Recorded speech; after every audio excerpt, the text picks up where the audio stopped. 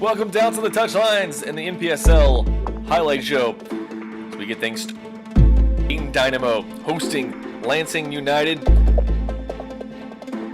New structure this year on how the teams are aligned, and Dayton Dynamo and Lansing United's conference this year, and it is Lansing taking the 1-0 lead in the 84th minute. Lansing is going to put this game away. One of the top teams in their conference for the last several years, the last couple of years at least. Lansing United win it 2-0 over the Dayton Dynamo. Moving on now to AFC Ann Arbor and Kalamazoo FC, and it was Ann Arbor, the newest team in the NPSL, or one of the newest teams in the NPSL, excuse me. AFC Ann Arbor winning it 2-0. And it's Detroit City FC on the road. Now, if you follow this club, you would know that their fans show up on the road and at home especially. New stadium this year, by the way, for Detroit City. They win this game. They tie with the Michigan Stars 2-2. They would have a U.S. Open Cup game later that week. And also, they would play Dayton Dynamo. They played like 4 games in like 9 days or something crazy like that. But they were able to get the win against Dayton Dynamo. See, picking up after the spillage there. Tucking this one away right past the keeper's hands. 4-0.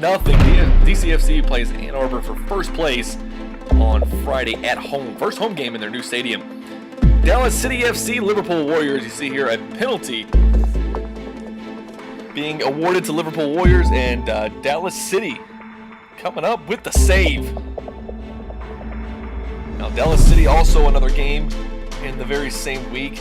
Most NPSL teams have the disadvantage of having to play a lot of games in 2 weeks, especially that Friday-Saturday turnaround is just brutal.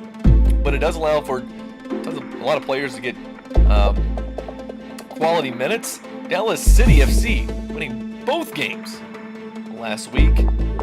Look for them in the next NPSL top 15 poll.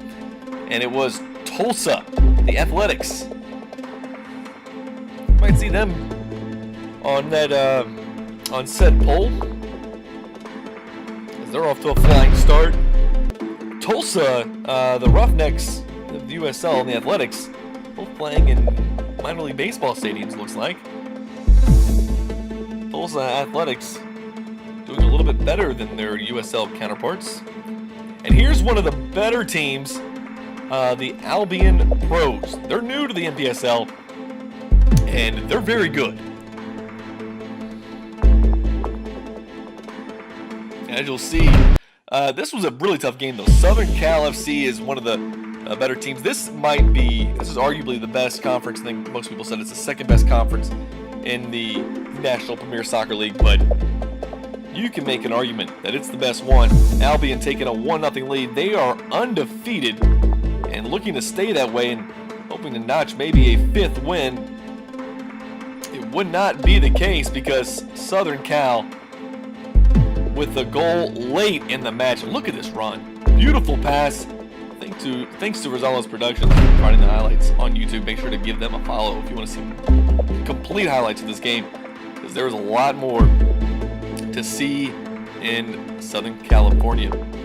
Albion FC and Albion Pros and Southern Cal tie. Now New Orleans and Knoxville, the Jesters, getting a win in their very first game. They will travel to Nashville FC for their second game. That game not being played at Vanderbilt Stadium, where Nashville FC will play many of their games, but it was the Jesters getting the win